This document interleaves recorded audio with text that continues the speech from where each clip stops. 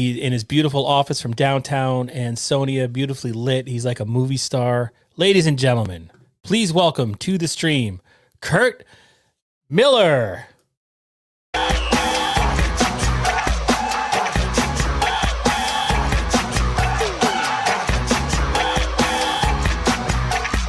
Meanwhile, somebody in the Derby community forum is saying, beware of the sex offenders living next door to you. That's a completely different story. Kurt going with the virtual background. Oh, wait, I can't hear you. I can't hear you, Kurt. You're not muted on my end, but I can't hear you. What about now? I can't hear you at all. I've got my sound turned up. If you go down to settings, do you have the right? You got a microphone chosen. This is a ploy by you, so you don't have to take questions about the budget. The other option is to, oh, there we go. You know? Yes. All right, here we go. I changed microphones. Welcome to the stream. It's always a pleasure to be here. I don't like this background. It's very disturbing. What'd you say? I don't like this background. It's a little disturbing. Right. I like the brick wall because that's what the brick wall. Yeah. And I should tell you, I had this whole thing planned, Mr. Miller. I do a podcast on the weekends.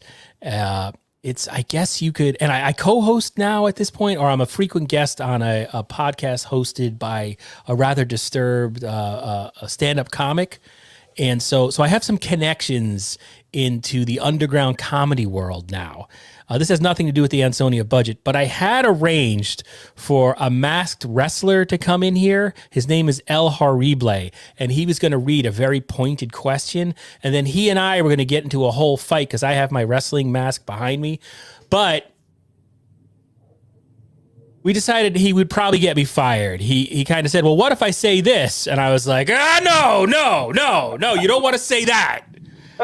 And then he said, you know what? Maybe this isn't a good idea. And I was like, you know what? You're probably right. So that's not happening. That was my big 9:30 surprise. Well, listen, if it's wrestling, you could say something like testicular fortitude or something like that. You'd fit right in. Yeah, I don't know. It definitely would have been, it probably would have went over the line. And then he was asking like what this is, because these are, this guy's, I don't know this guy's real name. He's just somebody I know from the online world. He's actually, there's a whole other thing. If you watch the Howard Stern show back in the day, there's a whole thing called the Dabbleverse, and they basically ran Stuttering John off the internet. And he comes from that world, this underground comedy world. That's big. Old man YouTube. There's a whole other world out there that's not Tony Mamone fighting with people on Facebook. There's a whole other internet out there. Believe it or not. There's Alder Mamone saying comedy is a lost art. Wow, this is fancy. Yeah, this is StreamYard. It's kind of cool. It's kind of cool. That pops up. We can see the comments as they come in. That's right. Yeah, it's like Zoom, but it has a couple of more bells and whistles. It can be a little more flighty, if that's the word. It's a little more unreliable than Zoom. Like if I put my virtual background on and then share a screen, it'll get laggy. But overall, yeah, you could donate to valleyindy.org right now if you want to. I can put your name up there and all kinds of little, it's we're definitely boomers. And so it's a big deal to us. Well, I think I'm a little older than you. Yeah, but not by much. I thought you were much older than me. We're pretty much the same age, which is depressing. Wait, Jim Gilday. Jim Gilday's an old man. I thought he was about my age. He looks good. Me and you look terrible. Jim Gilday's about 94. Wait, how old are you? Actually, I might be older than you. I'm 53. Oh, okay, I'm 49. Yeah. All right, so we're basically the same age. No, Jim is in good shape. Yeah, he doesn't look his age. I would have thought Jim was in his 50s. Is he right. Not in his 50s? Yeah, I thought early 50s like me. He was throwing out some numbers there. I was like, wow, Jim Gilday discovered the fountain of youth. Why, is he in his 60s? I don't know how old he is. I didn't ask that. I was just surprised to see, like, when he started his public service, it was going back quite a few years. Oh, well, yeah, some of those guys started when they're 17, 18 doing stuff. And, actually, maybe that's what it was. Maybe that's what it was, because he was saying, like, wasn't Mark Garofalo, like, the mayor of Derby when he was, like, 12? Yeah, Mark was young. So maybe it's something like that. But all right, so there's a Q&A. I thought I would have you on as I spit food out of my mouth. Sorry about that. But my voice has gone a little bit, so I apologize. Yeah, so is mine. But I thought this would be the public's chance. If anybody out there wants to ask questions about the Ansonia budget, Kurt agreed to come on here. I don't have any questions prepared. He hasn't received anything in advance. So this is really anybody who's watching. If you have a question about the Ansonia budget, now is the time to ask. So I guess we'll give it a couple of minutes. I know people are aware that this is happening. I mentioned it all day. I mentioned the fact that the Ansonia Board of Apportionment and Taxation had a public hearing scheduled for 6:30. That happened tonight. In addition, I should also mention tomorrow, starting at 6 a.m. and going till 8 p.m., Seymour, the town of Seymour, has its budget vote for both the school district and the town budget. That's very important. People should know that. That's where Kurt Miller lives. That's the town he abandoned to come work for Ansonia City Hall. On social media yesterday, I abandoned them. Who said that? Some guy on social media. I made comment on a story, and he basically told me to shut up because no one cares you left us. Called me a quitter. I wonder if that guy's available for freelance. That sounds like the type of reporter we need here. Hey, I have a question for you while we're waiting for questions from me. Sure. So if we go back to last week, about 6 days ago, you were looking for an advance copy of the mayor's budget. Not an advance copy. Just a copy of the mayor's budget to put together a story. When will we see the story? Here's the thing. As you might be aware, I'm involved in a 24-hour live stream right now. I'm interviewing 24 different people. I have been live streaming since 7:45 a.m. I started some of these interviews last week. So I'm a one-person nonprofit. I'm a one-person newsroom. So the reason, to be perfectly honest, I asked for that budget when I asked for it is so I could take a look at it, write some pertinent things in advance, attend the meeting, ask some questions, and then have the story written. Now, because you denied access to a public document at the time that you did, that was it. That was my window. My window expired. I watched it go, woo, goodbye. And I was not able to write a story on it.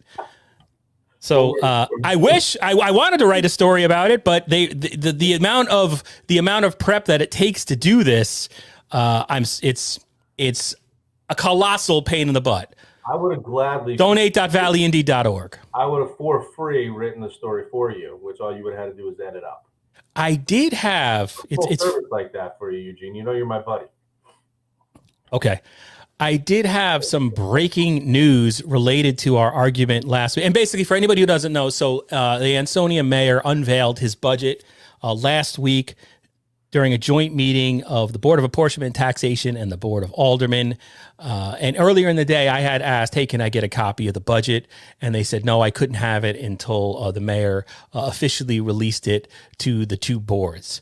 So Kurt and I went back and forth during a live stream. And to Kurt's credit, after the presentation, he came back on via phone and we had a live interview about the budget immediately after it was published.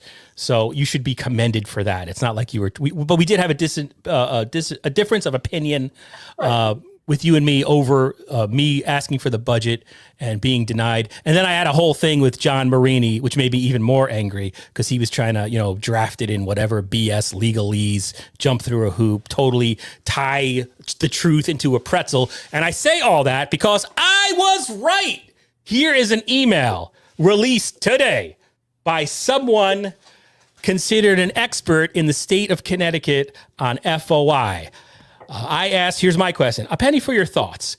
Ansonia Boat and the BOA held a meeting last week so the mayor could present his budget. On the morning of the meeting, I asked for a copy of the budget, but was denied. I was told I would have to wait until the meeting started. Is that okay, according to the FOI Act? Good morning, Eugene. I would say that you should have been given the budget. But?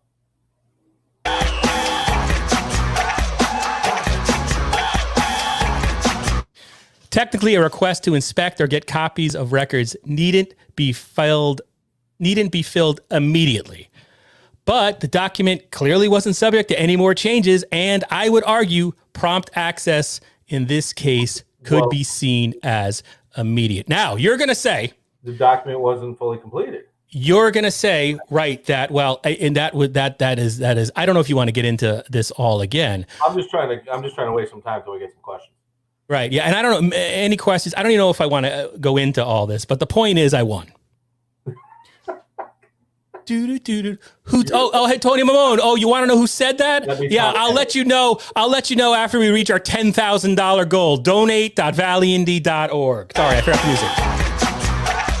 Because now what I'm going to do every time Ansonia asks me a question, I'm just going to be like, well, I'll release that when I seem subjective. Tony Mamone demonstrating a clear lack of understanding of the English language by saying seems subjective. I mean, any law is subjective. But there's also, I mean, come on, you're going to argue with the FOI Act? I can do this all day. You are feisty tonight. I like this. This is going to be fun.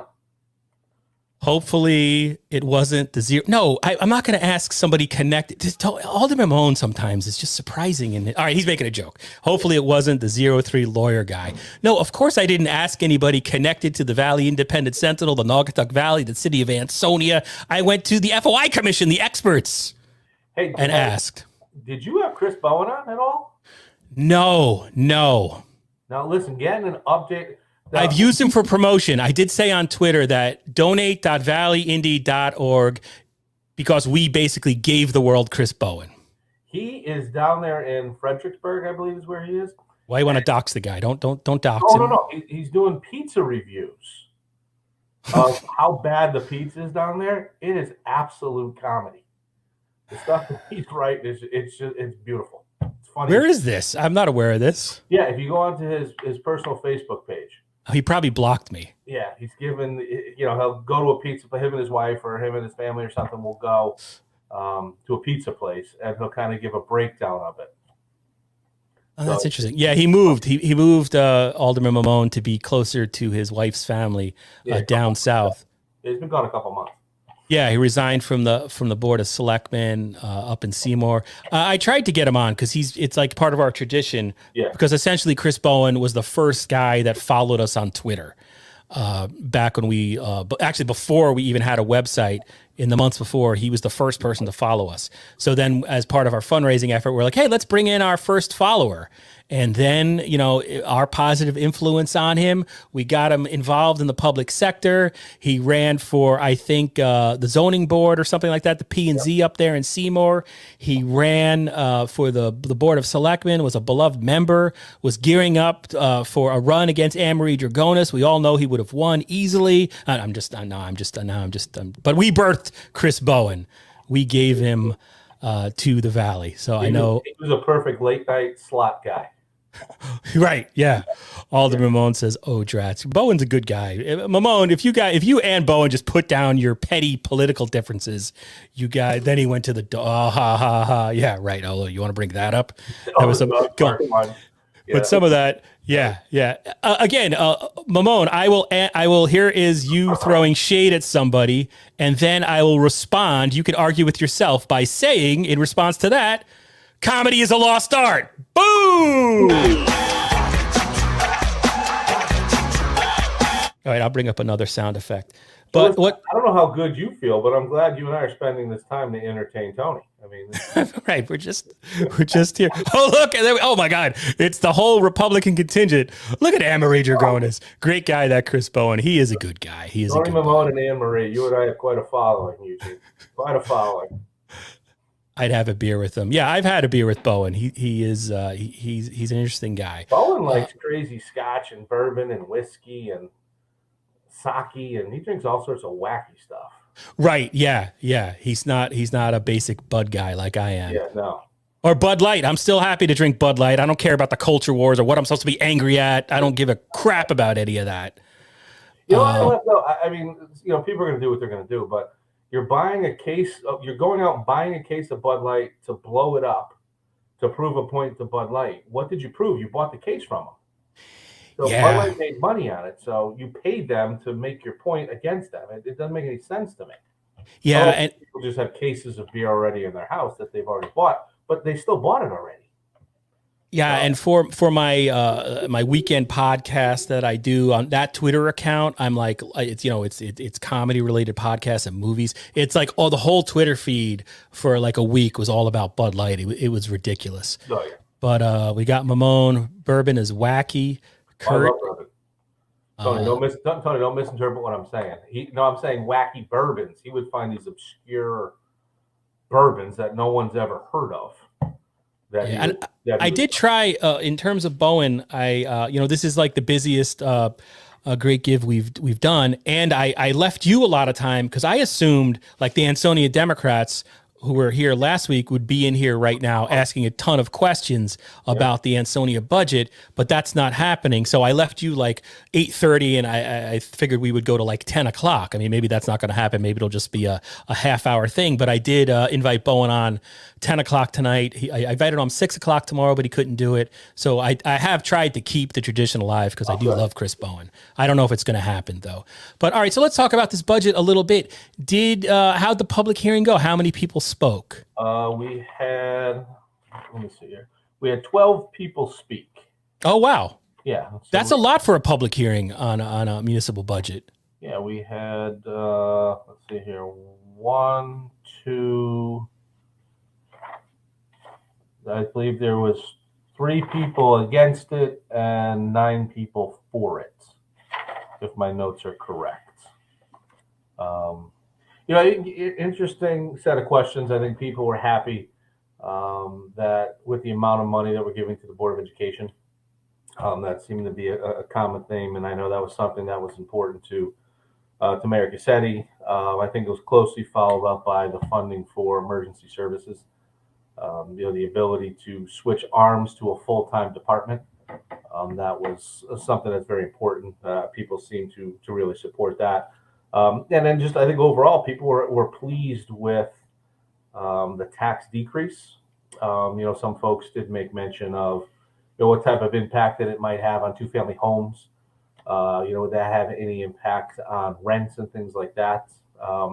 I personally don't think it will. I don't think the market will react that quickly. The average two-family home is going to be up about $350, give or take. So I don't think if they're passing, I don't think they'll be passing an increase that quickly along to renters. I think the increases that we've seen have just organically happened over the last 3 or 4 years, with just the economy itself and the desire to move into Ansonia. When supply is limited, well, that's going to drive costs up. And supply is limited in Ansonia because so many people are trying to get in and get to Ansonia for the good school system. It's an inexpensive place, good step up for a lot of people maybe coming out of the cities, coming out of Waterbury, Hartford, New Haven, Bridgeport, so on, moving up to Ansonia.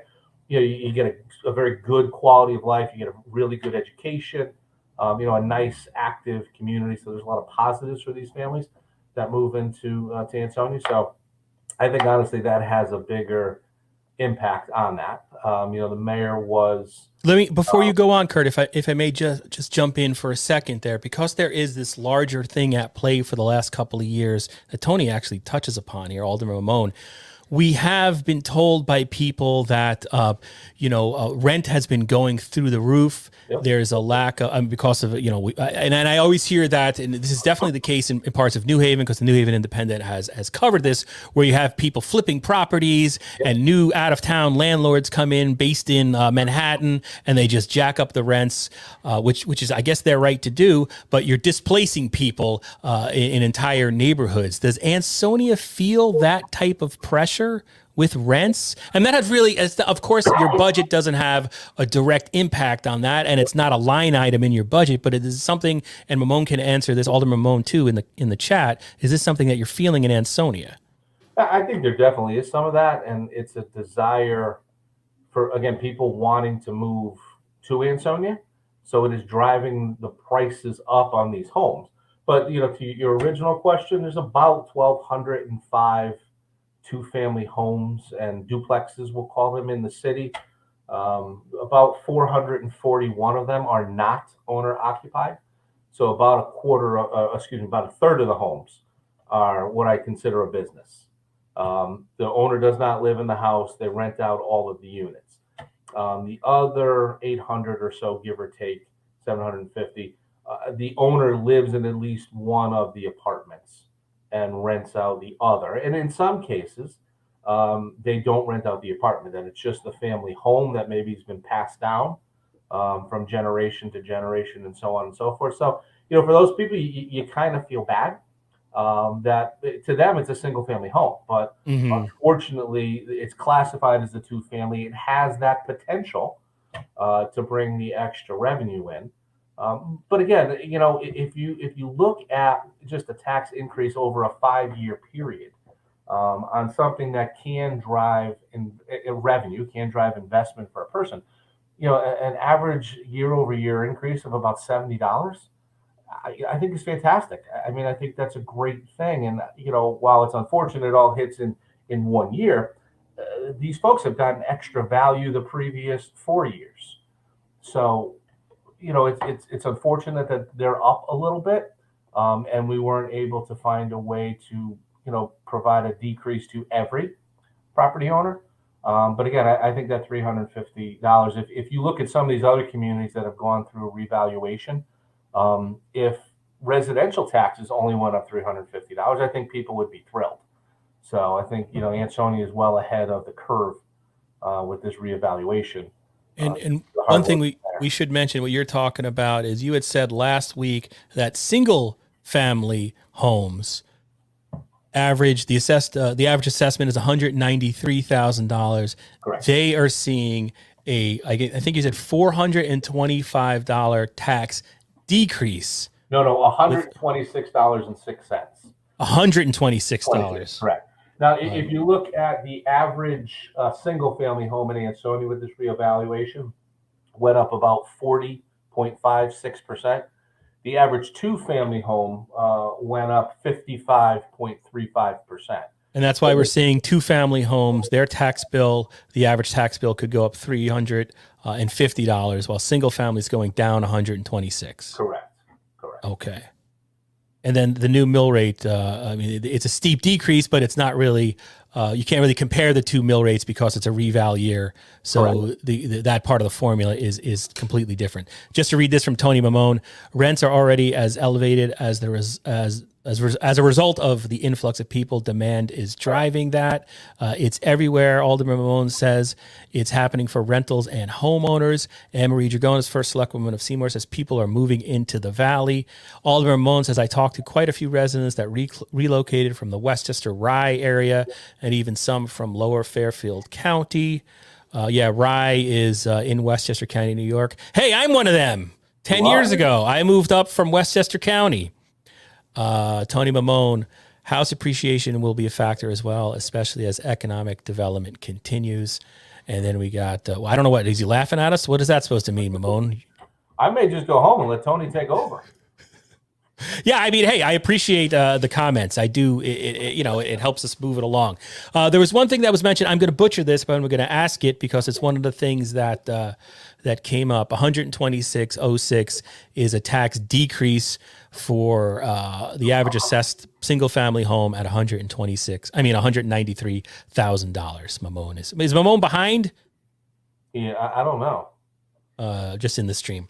The other thing that I saw, and this was referenced, I think this morning, an Ansonia Democrat asked me to ask this when I was doing a live stream when I first started, but you had mentioned last week when we had talked, there's a part of the budget that it seemed like you were saying it's relying on, I want to say $5 million in possible anticipated revenue that had to do maybe with the sale of property. Am I phrasing that correctly? Well, a piece of it. Ansonia has a lot of potential that is right on the cusp of truly taking off. And if you look at the Ansonia Copper Brass property, SHW property, there's roughly 65 acres down there, and that is prime real estate. We've already been contacted by several developers that have a definite interest in whether it be purchasing the land or leasing or renting out some of that space. Nothing is definitive. I mean, nothing's in writing, nothing like that, but these are conversations These folks are calling, just cold calling, saying, hey, I know what you guys are doing down there. Sounds like a great project. How do we get in? So, when you're in a time like we are now, where inflation is hitting people every place that that you turn, gas is up, food is up, utilities are up, everything is up. The last thing we wanted to do was throw extra tax burden on the residents if we didn't have to. And I think it would be derelict in me of not looking at every potential aspect that we have to bring revenue in to this budget. And let me interrupt you, because keep in mind, I failed high school math twice in college. Yeah. So you're dealing with a moron here. So I'm going to interrupt you. I think the concern was that this money isn't in hand, that you might be included. Yeah. Don't you, when you create a budget, isn't the whole concept, you crazy bean counters always talk about building a budget from the ground up. And isn't that the opposite? If you don't have the money in hand, how can you count it? Well, I think that's the concern I've heard in the community. Well, if you look at sales organizations base their budget on a certain percentage of sales. And they go out and they try to hit those sales goals. If they exceed those sales goals, then they bring extra money. And if they come up short on those sales goals, then they don't. But they're making assumptions as to how much they're going to bring in. We do the same thing. We make assumptions about how much taxes we are going to collect. And when you make that assumption, it can only be based off of the grand list.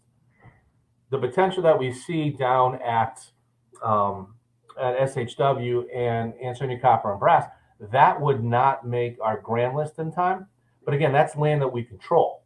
So in the one current deal that we have, which was approved by the alderman a couple weeks ago, finalized by the state of Connecticut, that was to put in a fuel cell. So we're getting $180,000 a year for a half an acre of land. That's a signed deal. That's a signed deal. That's done. So that company has already come back to inquire to us about trying to get more land. So if you look at that deal, it's going to take 14 acres, 1/3 of that property, to close that $5 million projection. So again, I don't think it's anything that it's too far-fetched. I think there's a tremendous amount of potential. And like I said, there's developers that have already called right now and said, we want to buy the whole thing as is. So they're ready to go. We could sell that today. I don't think, we're to that point yet. Sheila has, quite an aggressive plan for SHW. She has been working with the engineers and things on putting, but aren't you drawings and things out. So let me just interrupt again, because again, you're going to have to explain this to me like I'm a 4-year-old. And this isn't this is for Alderman Mamone specifically. I'm asking questions so the general public can understand what's happening here. And I'm having personally a hard time understanding what's Kurt's saying. So I'm going to rephrase my question, and I apologize for continue to pester you about this. But I thought you can't put money in a budget. I mean, that's not a done deal. Aren't you counting your chickens before they hatch? I mean, the whole reason of not following the charter in terms of the budget process was because you don't know how much money you're going to get to the state. But now this sounds like, we've seen projects delayed in the Valley. What's the risk? Maybe this is a reporter way to question it. Yeah. What's the risk if nothing is developed there? If the economy tanks, or if, I don't know, they find something else in the ground, which isn't unheard of with projects. I mean, downtown Derby, there's a litany of examples of deals that were supposed to happen and didn't. Is there any potential by including this potential or projected revenue in the budget? Keeping in mind that I'm not a budget guy. Oh, there's always that potential with anything like that. Now, with state revenue, it's a little bit different because that's a defined number. You either get it or you don't. So if you don't get it, you have to close the hole. Like 2 years ago, we thought we were getting about $1 million in state revenue. We did not get that money, so we had to work to try to close that hole as much as we could. So we'll know relatively quickly how things are progressing with this. And let's just go to a worst case scenario. Yep. What if the deal doesn't happen and Ansonia is stuck with that land? what does that do to your budget? Will you have, is there potential, however remote, of having a hole in your budget? Well, no, because at that point we would have to close. We'd have to close that budget hole. So we would either have to look for other revenue sources. We'd have to look to decrease expenses, or if we were unable to do any of that, then that's when you would turn to your fund balance to cover any shortfalls. You are not. And are you prepared to do that? Like, is the city, could the city do that if this doesn't happen next year? Do you have the fund balance? Do you have like, let's say, play in your budget to cover that if it were not to happen? Yes, there's contingencies built into this budget at different levels to cover certain outcomes. I'm not going to get into explaining each one of the contingencies because it'll get extremely confusing, and you and I will be here for 2 hours, and half the people won't understand what I'm saying anyway. But when you build a budget like this that has as many moving parts as it does, you have to have continual check-ins to see where you are in your plan as to how the budget's setting up. So you're looking at your expenses, how are they trending? You're looking at your revenues and how are they trending. And you or any person that creates a budget should have a list of changes that they're ready to make based on how the trends are going. So we know that if revenue is coming up short, let's say, well, then I have a list of expenses that I'm going to look at where I can start pulling money back. So I can say, as an example, we had planned to do this capital project this year. Okay, we're not going to do that. So that's going to save us $150,000. We're not going to do this road project this year. That's going to save us $200,000.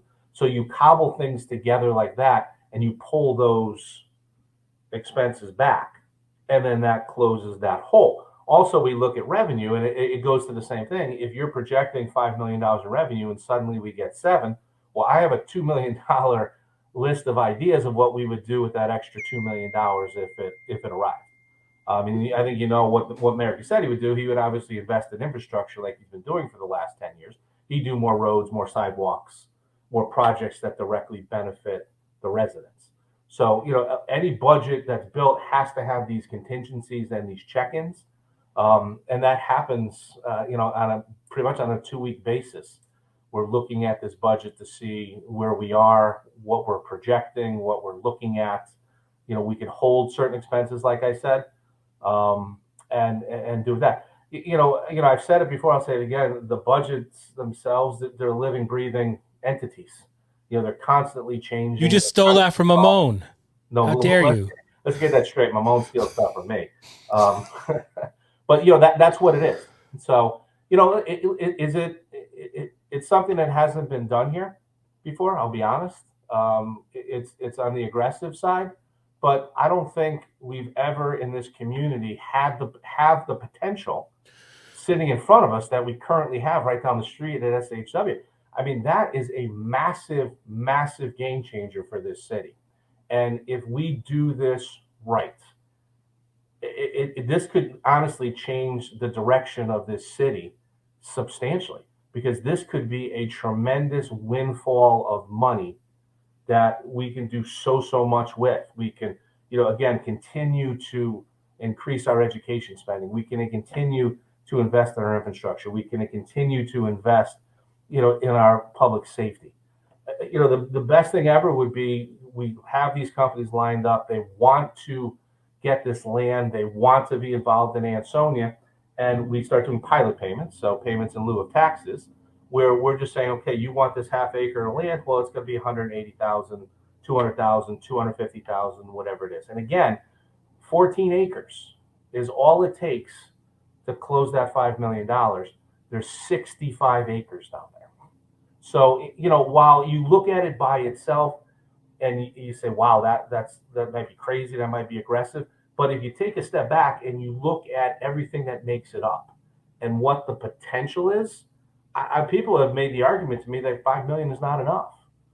But again, you want to balance expectations, you want to balance needs, you want to do these different things and put something out that's going to be attainable. Listen, I hope that SHW starts to bring us in $6-7 million a year, because with that extra revenue, we can either continue to give tax increases to the residents, which they deserve, or you said decreases. You just said increases. I think you meant decreases. I apologize. or we can continue to make these massive investments in our infrastructure. That only makes the city better. And when businesses are looking at different communities, one of the things that they want to see when they're building their pro formas is, well, what are my taxes going to be?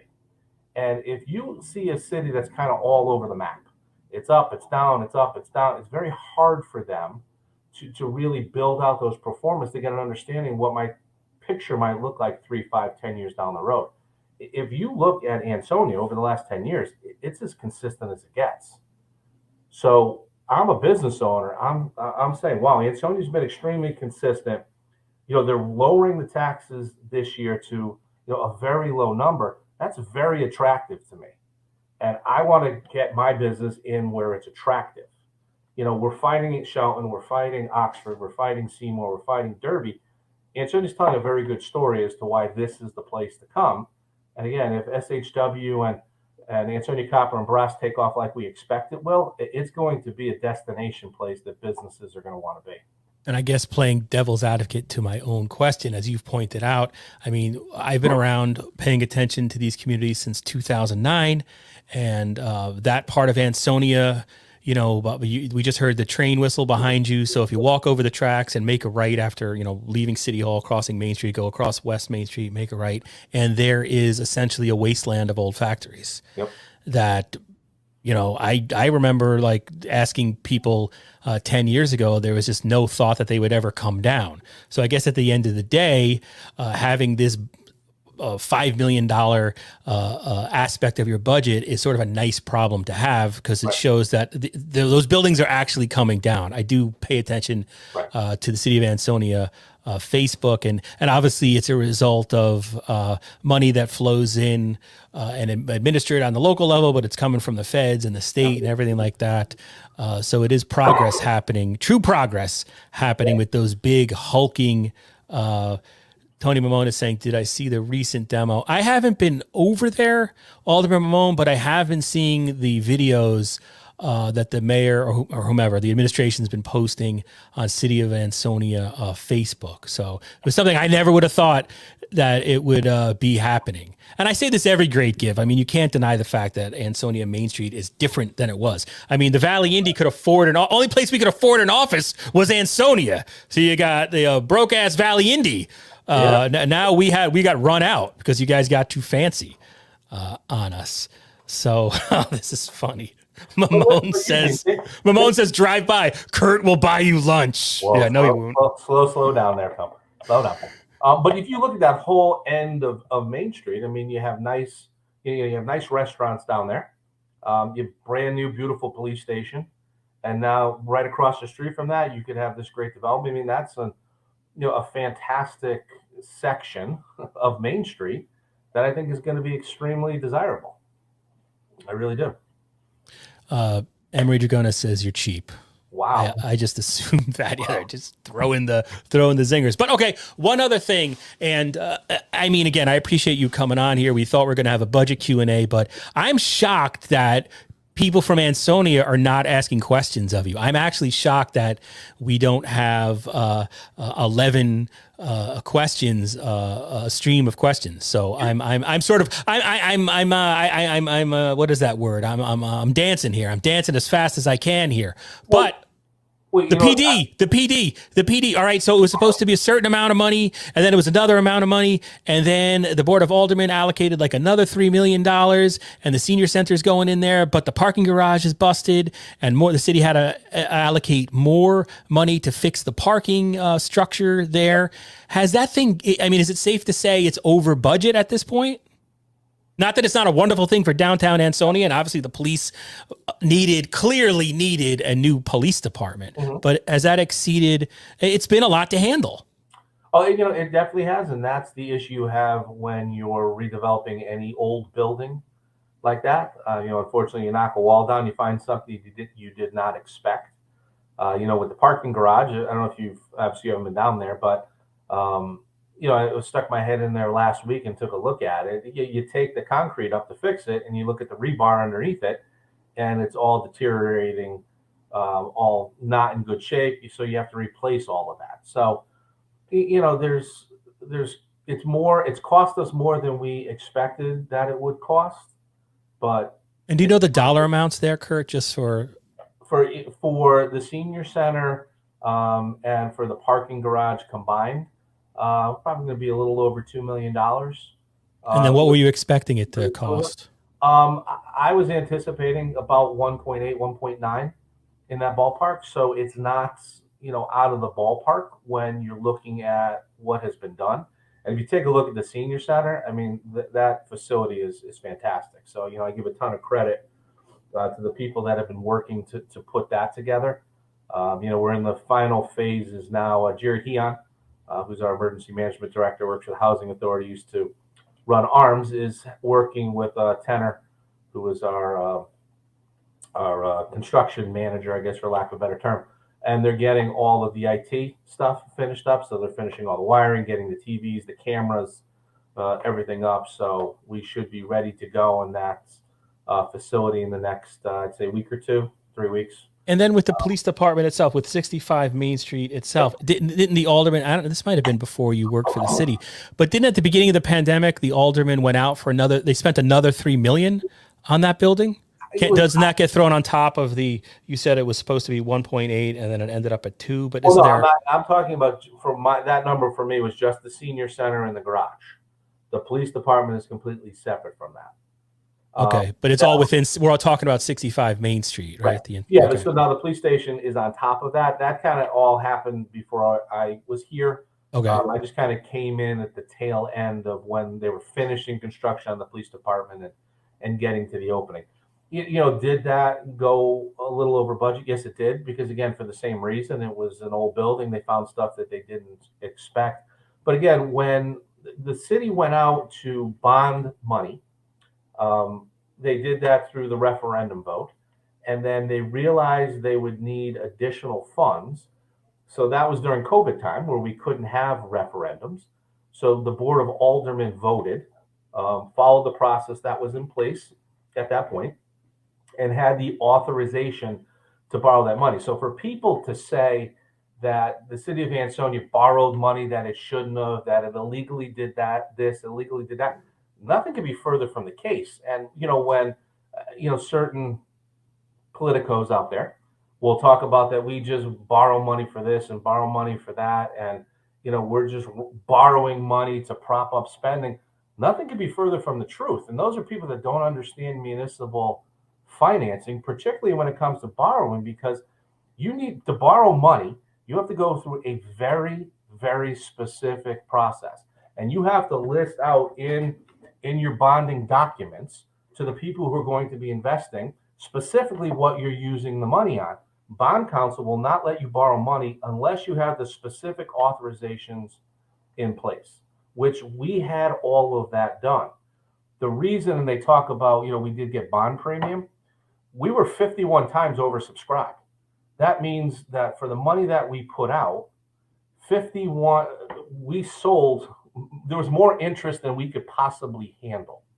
So people were actually fighting, trying to get the ability to loan us money. So they would come to the table and say, okay, we want you to borrow money from us. And to do that, we're going to do that, and we're going to give you X in cash. And that's where the bond premium comes in. Bond premium can only be used to pay down debt. And if you look in our fund balance listings, and you can look at the document that I sent out, it's specifically in there. So people can see what it's for. So you use it to smooth out the debt. So if your debt is rising because of borrowing, you use the premium to pay it down. So what it does is it levels out your debt and helps you bring it down. So, I just shake my head sometimes when people stand up at these meetings and they make these comments. They just don't understand what it is they're talking about. And it's a little ridiculous, in my opinion, that they try to scare residents by essentially making things up. And instead of taking the time to truly ask the questions and have it explained to them, they just go off on these tangents and try to cause problems, which I honestly don't think is fair. Okay. I'm What'd you say? filibustering you. I'm filibustering again. Yeah, I know. No, it's all right. I'm losing steam. I got to be honest with you because I've asked all my questions. Those were, like I said, I thought there would be a lot of people here asking questions Well, I who have had a an answer chance. for that. What'd you say? I have an answer for that. And that's just not here, but it's what I've seen previous.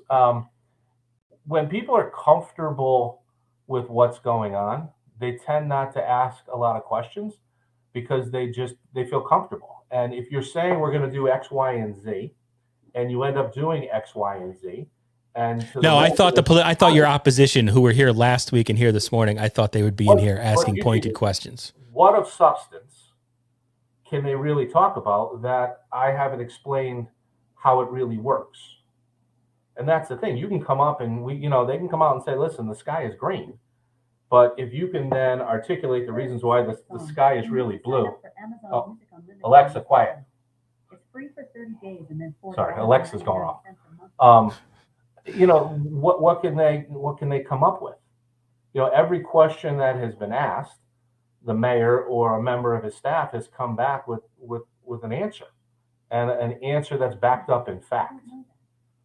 Supposedly the city is falling apart and we're doing all these illegal things and we're mismanaging the funds. I just got a letter to the editor, 8:23 p.m. I just opened my email, so I thought these were questions that would be addressed here. But anyway, yeah, so that's happening. But we have the auditors that have said the auditors gave a report last night with the Monday with Boat.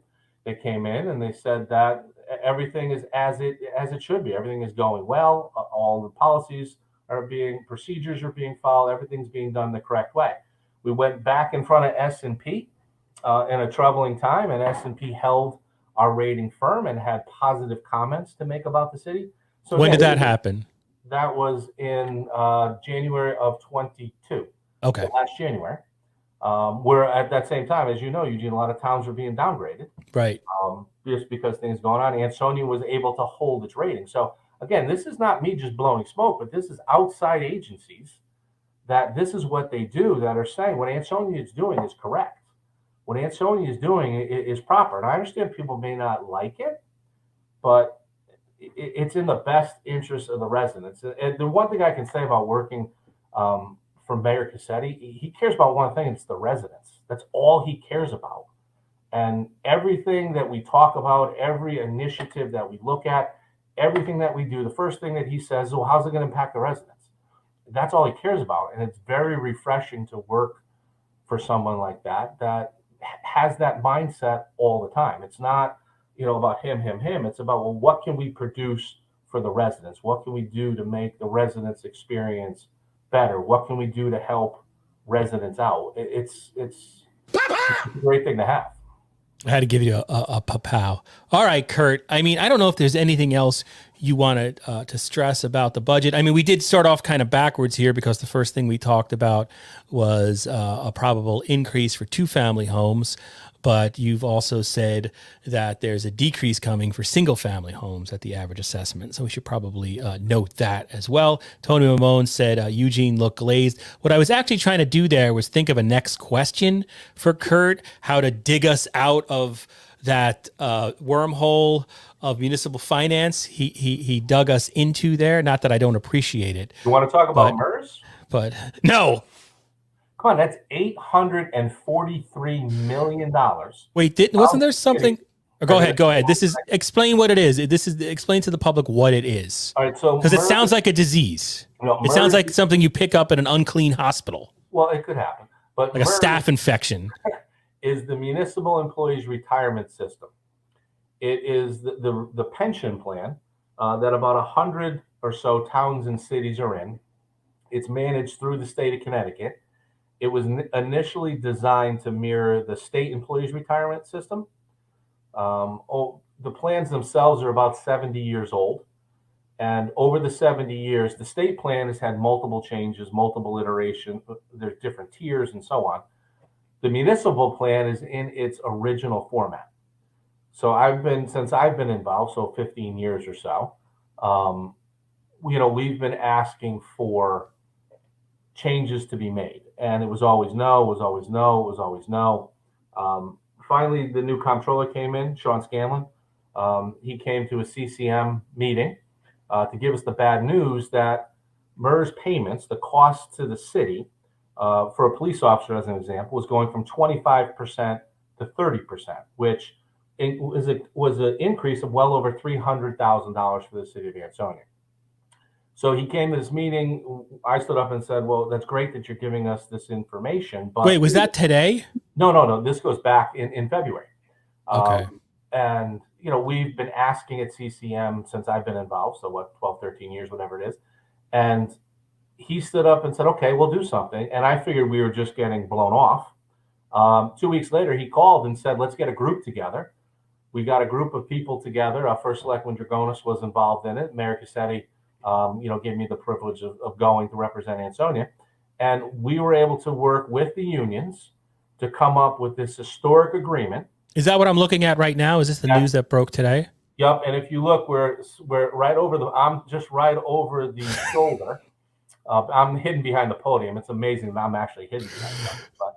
But Miller avoided a photo op? I've never heard of such a thing. But in total, over 30 years, towns and cities are going to save, like I said, about $843 million. The city of Ansonia, over the next 30 years, is going to save $12.4 million. So it's a historic thing. And again, it was done Republicans and Democrats, management and labor, everybody at the table sitting down and working to get this done. So it was something that I thought would never be, I would never see in my lifetime. And it was great that we were able to get this. Now, the next step we're going to do is over the summer, we're going to work on adding a new tier. So when new employees start to come in, or if other communities want to join the MERS system, they would come into this new plan. It's just a very exciting time. And listen, I'm a pension geek. So for me, this is kind of a big, it was a big deal. I give a ton of credit to, and me, I ran for the position of comptroller. So it's not normally that I would give a lot of credit to a Democratic comptroller, but the guy who beat you. Well, no, this was not the guy who beat me. Oh, sorry. But listen, I would vote for Sean Scanlon because what he did was historic. It was brave. That's leadership. Here's a guy, they say you lead from the front. Do you see Anne-Marie Dragonis calling you a geek? I just have to call attention to that. I apologize. I'm getting punchy. Yeah. Sorry. Go ahead, Kurt. So it's listen, I give the guy credit. He led from the front on this. He kept labor in line. He kept management in line. Whenever we strayed, he brought us right back in. And he took it over the finish line. And you got to give the guy a ton of credit. And he's not that old. I'm going to say Sean's maybe in his mid-30s at most. I mean, this is a guy that's got a political future because he knows how to get people in the room talking to one another. So he doesn't care, like I said, Republican, Democrat. He just wants to get stuff done. Very, very refreshing. All right. I think that's it, Kurt Miller. I don't have any other questions for the Ansonia budget. And it's going to be too much Ansonia because we're supposed to have the Cassetti crew come in at 1:00 tomorrow. I'm going to ask them about Big Y. And I did. I mean, the most important thing, what'd you say? Maybe Trader Joe's. Trader Joe's. That's going to Tri-Town. You don't know. A lot of things could happen. An Apple store. Apple store would be nice. But of course, I mean, the most important things any listeners at this point should take away from this is that, yes, there is a tax decrease coming for the average single family home assessed at $193,000, $126 tax decrease coming for property owners of multifamily, two-family houses. You might see your taxes go up $350 on average. Yeah. On average, again, this isn't guaranteed. That's an average. But also, they should have given me the budget. I have an email from the FOI commission saying, yeah, Driscoll's right, Miller's wrong. Oh, wait, I played the wrong one. I'll give a pow-pow. Pow-pow! Can I FOI that document from you? Yeah, sure. All right, I'll send an email FOI request to you. Good evening, residents of the great city of Ansonia. This is Mayor David Cassetti. I have that drop for like a year now. All right. All right, we have a couple of comments here. Anne-Marie Dragonis, first select woman of Seymour, says Whole Foods. Alderman Ramon says way to start rumors. Kurt. So that's that. Is there anything else you wanted to add? Do you miss? Do you still like your job? Do you miss being the Grand Poobah of Seymour, or no? No, no. I love doing what I'm doing. I love the finance part of it. I love working for the mayor, and I don't worry about Seymour because I think Anne Marie's doing a bang up job over there. And I'm not saying that just because she's on, but I think she's just over the last couple of years. Chuck E. Cheese. Oh, thanks, man. Wants a Chuck E. Cheese. I don't know. Oh, he'd like a Chuck E. Cheese, man. Amen to that. They make great pizza. But no, I think Anne Marie's doing a great job in Seymour. So, I have confidence in her. So when you have confidence in the person that's leading your city, or your town, it just makes things a lot easier. So it's nice. Do you want to see the guy I had invited into the room, but then we decided not to because we were worried I was going to get fired? He would say something inappropriate. Let me see if I can find it.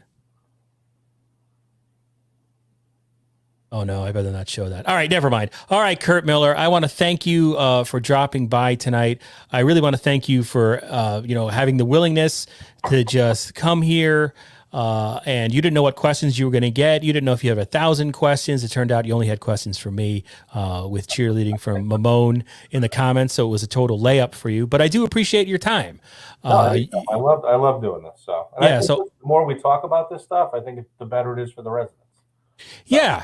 Yeah, it's definitely the open exchange like this is. I think that's what makes social media great, when you can just have this open conversation. Because now I have a better understanding of the Ansonia budget than I did last week, and I still haven't read the thing from start to finish. Because who's got time for that? No one does. Right. I will in the future. But all right, Kurt, that's it. All right. Well, it's always a pleasure, Eugene. And to Matt and to Tony and to Anne Marie, the three people that actually watched us, thank you for sticking in with us. It was certainly a fun night. And please tell Chris I said hello.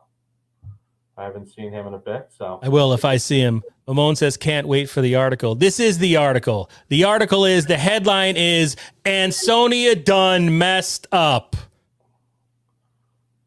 Pow pow? Wait, I lost it. The thing is, okay. You got there it is. You know what I also have? I have some, I can't play all of these. There's this one. This is always great. There's that. There's that. That's a good one. If you just want to go through sound drops, I can't play that one. Okay, here's one. Be more funny. Be more funny. A Homer reference. Oh. What? There's, of course, that one. What? All right. Hey, are you a Mets fan? Nah, I don't watch organized sports. No. Well, the Mets lost 2 games to the Detroit Tigers. That was Ethan Fry. Ethan Fry was a massive. He was a big Mets fan. Oh, yeah. So bad night for Mets fans. That's too bad. Yeah. All right. Again, thanks so much, and thanks for your support over the years, and thanks for always being, coming on here and being willing to answer questions. Oh, anytime, pal. I'll talk to you soon. All right. You can let yourself out. It's the leave studio button. Leave studio. Hey, you want to hear something funny before I go? Okay. Ha!